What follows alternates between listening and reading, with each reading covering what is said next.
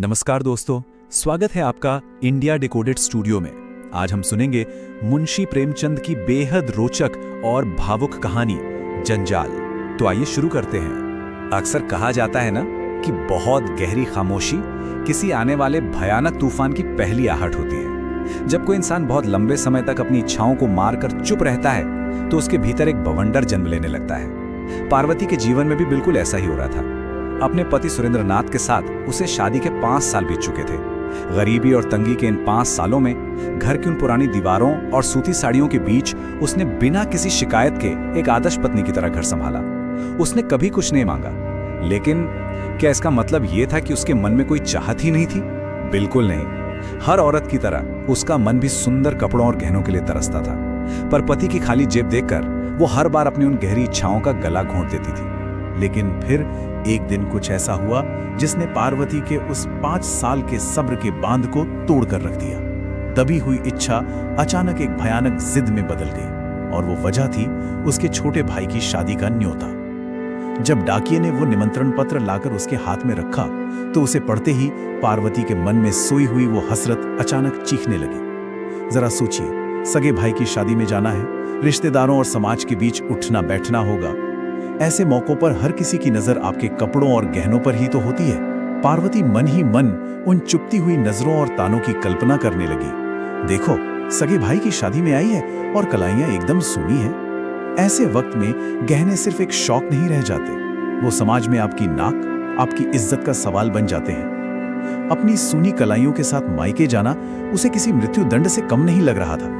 पार्वती की उस खामोश लेकिन जिद्दी लाचारी को इस बार सुरेंद्रनाथ भी नहीं टाल सके। एक शाम जब वो घर लौटे तो उनके चेहरे पर थकान तो थी, पर एक अजीब सी खुशी भी थी।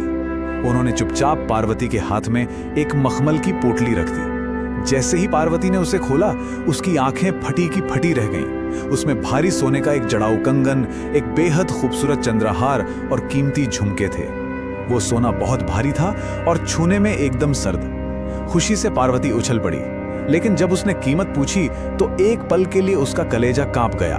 सुरेंद्रनाथ ने बताया कि इन गहनों की कीमत पूरे 1200 रुपए है, और इसके लिए उन्होंने एक महाजन से भारी ब्याज पर कर्ज लिया है। देखिए, उस जमाने में 1200 रुपए किसी आम इंसान की पूरी जिंदगी की गाढ़ी कमाई हुआ करती थी। पार्वती की खुशी पर उस भारी कर्ज का साया तो पड़ चुका था, लेकिन सोने की उस पीली चमक ने उसकी आंखों पर पूरी तरह पर्दा डाल दिया। जानते हैं, सोने की एक अजीब सी तासीर होती है। ये जितनी तेजी से शरीर पर सजता है, उससे कहीं ज्यादा तेजी से दिमाग पर हावी हो जाता है। बहुत ही जल्द उस भारी सोने ने पार्वती के सरल और सीधे स्वभाव को दूषित करना शुरू कर दिया। पहले दिन जो बात सिर्फ अविश्वास और खुशी तक सीमित थी, तीसरे दिन तक आते आते वो एक अजीब से अहंकार में बदल गई। जब वो आईने के सामने खड़ी होती तो खुद को किसी साधारण घर की औरत नहीं, बल्कि कोई रानी समझती। उसके चलने फिरने के तरीके में एक हेकड़ी आ गई, और 7वें दिन जब वो सफर के लिए निकलने वाली थी, तब तक उसका लहजा पूरी तरह कठोर हो चुका था। जिन घरेलू कामों को वो पहले हंसते हंसते कर लिया करती थी, अब वो उसे अपनी शान के खिलाफ लगने लगे। उससे लगने लगा कि इतने महंगे गहने पहनकर वो ये झाड़ू पोछे वाले छोटे काम कैसे कर सकती है। अहंकार उसके भीतर बहुत गहरी जड़ें जमा चुका था। तो यहां से शुरू होता है कहानी का पहला अध्याय, रेल का सफर और मूल्यों का टकराव। पार्वती स्टेशन पहुंची और ट्रेन के महिलाओं वाले डिब्बे में जाकर बहुत ही सीना तान कर बैठ गई। उसने महंगे रेशमी कपड़े पहने थे और भारी जेवरों से लदी हुई थी। डिब्बे में ज्यादातर गरीब और आम घरों की महिलाएं थीं, जो उसके उन भड़कीले कपड़ों और गहनों को देखकर सहम सी गईं और एक तरफ सिमट कर बैठ गईं। पार्वती को लगा कि ये डर और ये सम्मान उसका जन्म सिद्ध अधिकार है। वो उन औरतों को बहुत ही नीची और तुच्छ नजरों से देख रही थी। लेकिन उसी डिब्बे में बिल्कुल पार्वती के सामने एक और महिला बैठी थी। ये नजारा अपने आप में एक बहुत गहरा विरोधाभास था। एक तरफ पार्वती भारी सोने और रेशम में लिपटी त्योरियां चढ़ाए बैठी थी, और दूसरी तरफ वो महिला जिसने एक बिल्कुल साधारण सी सफेद सूती साड़ी पहनी थी। हाथों में सिर्फ कांच की चूड़ियां थीं और शरीर पर सोने का एक छोटा सा तार तक नहीं था। लेकिन उसके चेहरे पर एक ऐसा तेज, एक ऐसा गहरा सुकून था जो पार्वती के पास दूर दूर तक नहीं था। पार्वती ने ईर्ष्या से सोचते हुए खुद को तसल्ली दी कि शक्ल से कुलीन लगती है, पर शरीर पर गहने नहीं है तो कोई पूछ भी नहीं रहा। उसका घमंड उसे यकीन दिला रहा था कि आज के ज़माने में इज्जत इंसान के चरित्र की नहीं बल्कि उसके शरीर पर लदे सोने की होती है। सफ़र आगे बढ़ा, रात गहरी होने लगी और हवा सर्द हो गई। पार्वती के पैरों के पास ही ज़मीन पर एक गरीब देहाती महिला बैठी थी जिसकी गोद में एक बहुत बीमार बच्चा था। वो बच्चा लगातार जोर-जोर से खांस रहा था और रो रहा था। उसकी दर्दनाक आवाज से पार्वती की नींद खराब हो रही थी। अपनी इंसानियत पूरी तरह भूल चुकी पार्वती ने अपने कंगन खनकाते हुए बहुत ही झल्लाहट में उस गरीब माँ से कहा, मेरे सिर में तुम्हारे इस बच्चे के रोने से दर्द हो रहा है, तुम कहीं और जाकर बैठो। रात की सर्द हवा डिब्बे में आ रही थी। उस गरीब माँ ने अपने बच्चे को ठंड से बचाने के लिए कांपते हाथों से जब खिड़की बंद करनी चाही तो पार्वती ने मालकिनों की तरह डांटते हुए कहा, खिड़की बंद मत करो, मुझे गर्मी लग रही है। पार्वती की इस जालिम हरकत ने उस गरीब औरत को बिल्कुल बेबस कर दिया। उस खुली खिड़की से आती बर्फीली हवा ने बच्चे की हालत और भी बिगाड़ दी। उसे निमोनिया ने पूरी तरह जकड़ लिया। डिब्बे की उस मध्यम और पीली रोशनी में उस मासूम बच्चे की सांसें उखड़ने लगीं। वो धीरे धीरे मौत के मुंह में जाने लगा और पार्वती वो बस अपनी रेशमी साड़ी समेटे वहां तमाशा देखती रही। लेकिन तभी वो बिना गहनों वाली सफेद साड़ी वाली महिला अपनी जगह से उठी। बिना किसी हिचक के, बिना किसी घिन के उसने उस गंदे और बीमार बच्चे को अपनी गोद में ले लिया।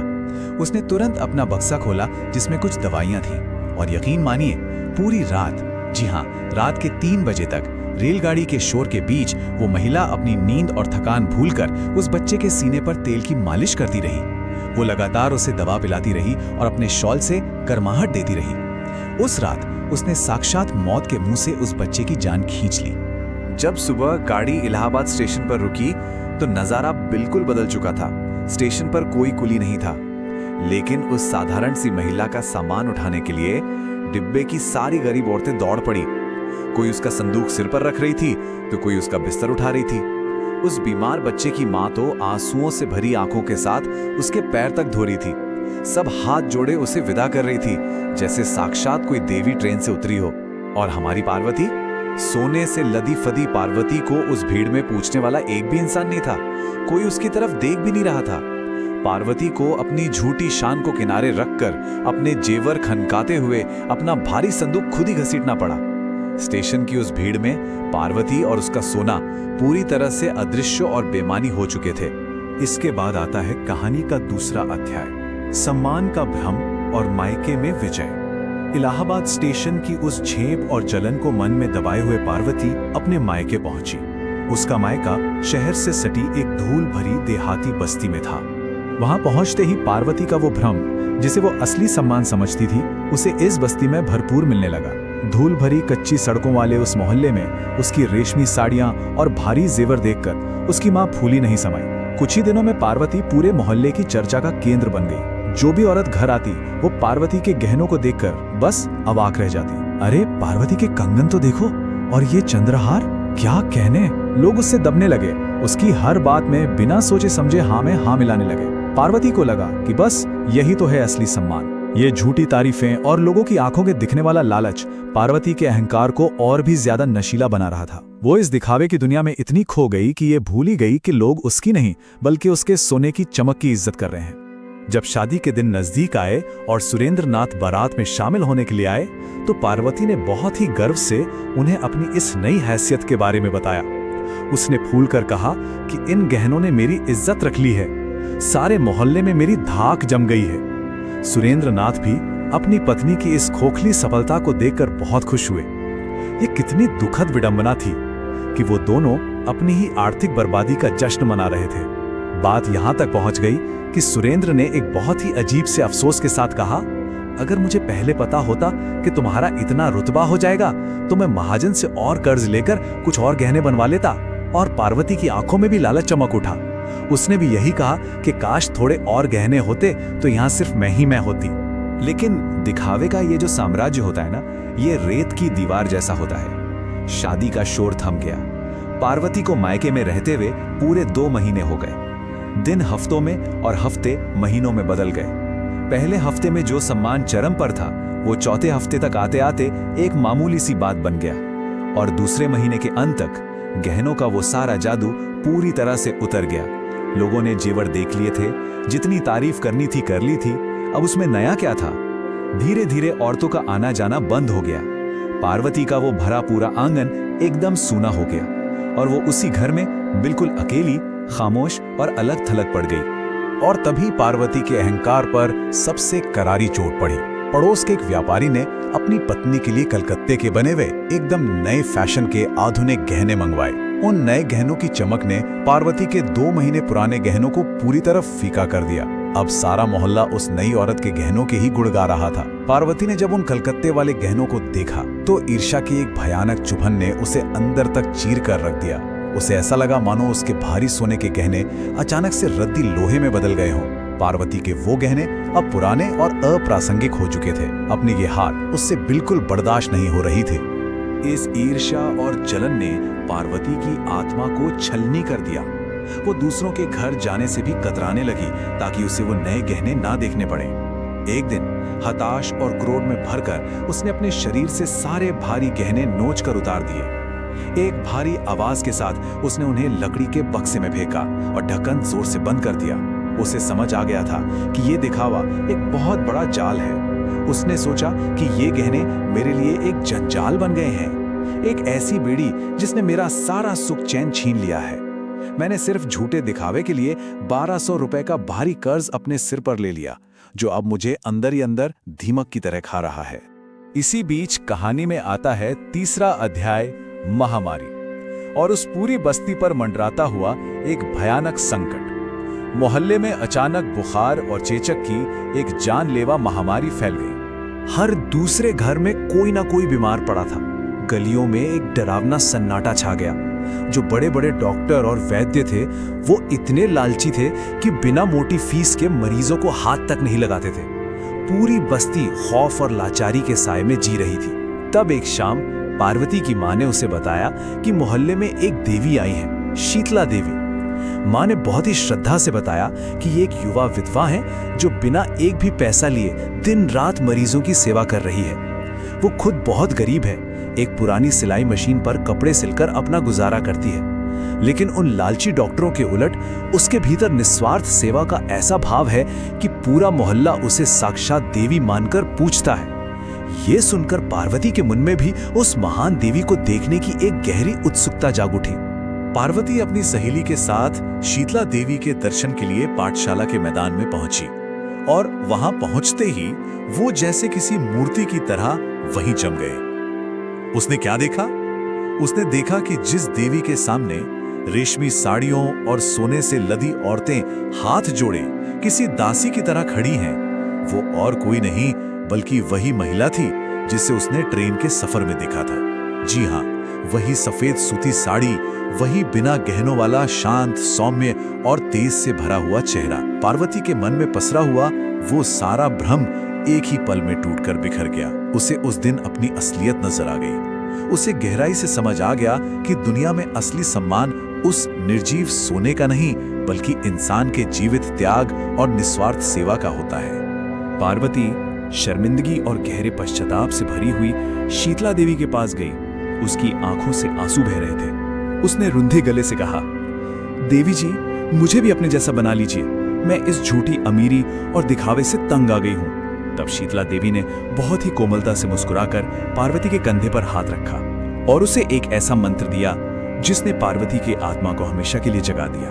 उन्होंने बहुत ही शांत और गहरे स्वर में कहा, बहन, भीख मांगने से भीख देना बहुत अच्छा है। देने वाला हाथ बनो, लेने वाला नहीं। जिस दिन तुम देना सीख जाओगी ना, उस दिन तुम इस दुनिया की सबसे अमीर इंसान हो जाओगी। और ये है कहानी का अंतिम अध्याय, सच्चा आभूषण और पार्वती का बदलाव। शीतला देवी के वो शब्द पार्वती के दिल में एक तीर की तरह गहरे उतर गए थे। जब वो अपने पति सुरेंद्रनाथ के पास वापस लौटी तो वो पूरी तरह से बदल चुकी थी। उसका चेहरा अब घमंड से तना हुआ नहीं था, बल्कि एक अजीब सी दिव्यता और शांति से भरा हुआ था। और सबसे बड़ी बात, उसके गले और कलाइयों पर अब सोने का एक भी गहना नहीं था। वो दिखावे के उस भारी अहंकार से पूरी तरह आजाद हो चुकी थी। उसने सुरेंद्रनाथ से बहुत ही दृढ़ता से कहा कि वे कल ही जाकर सारे गहने सुनार को वापस कराएं। उसने कहा कि इन गहनों ने मेरी सुख शांति छीन ली थी। इन्हें बेचकर जो भी पैसे मिले उससे सबसे पहले उस महाजन का वो भारी कर्ज चुकाओ। और फिर उसने एक ऐसा फैसला लिया जिसने सुरेंद्र को भी हैरान कर दिया। उसने कहा कि कर्ज चुकाने के बाद जो भी पैसे बचे उसे बैंक में जमा कर देना और हर महीने मिलने वाला उसका ब्याज लाकर मुझे दे देना। और जानते हैं वो ब्याज पार्वती खुद पर खर्च नहीं करती थी। अगले ही महीने उस छोटे से कस्बे के पोस्ट ऑफिस से शीतला देवी के नाम एक मनी ऑर्डर पहुंचा। उसके साथ एक संदेश था। ये किसी अमीर की भीख नहीं बल्कि एक बहन की श्रद्धा है जिसे बीमारों की सेवा में लगाया जाए। पार्वती को अब अपना असली आभूषण मिल गया था। वो थी गरीबों की दुआएं। कर्ज और दिखावे की जो जंजीरें उसे जकड़े हुए थी वो अब हमेशा के लिए टूट चुकी थी। वो उस जंजाल से पूरी तरह आजाद हो गई थी और उसने अपने जीवन की सच्ची और असीमित शांति को पा लिया था। मुंशी प्रेमचंद की ये मार्मिक कहानी हम सभी के सामने एक बहुत ही गहरा सवाल छोड़ के जाती है कि मनुष्य का सच्चा आभूषण क्या है। क्या वो भौतिक दिखावा है, कर्ज का भारी बोझ है, या फिर निस्वार्थ सेवा और मन की असीम शांति है। पार्वती की इस यात्रा ने हमें सिखाया कि बाहरी चमक कुछ पल के लिए ही होती है, लेकिन त्याग और सेवा की रोशनी हमेशा के लिए जीवन को रोशन कर देती है। उम्मीद है ये कहानी आपको पसंद आई होगी। ऐसी ही दिल छू लेने वाली कहानियों के लिए इंडिया डिकोडेड स्टूडियो को सब्सक्राइब करें, वीडियो को लाइक करें और अपने दोस्तों के साथ शेयर करें। मिलते हैं अगली कहानी में। तब तक के लिए खुश रहें और नेक बनें।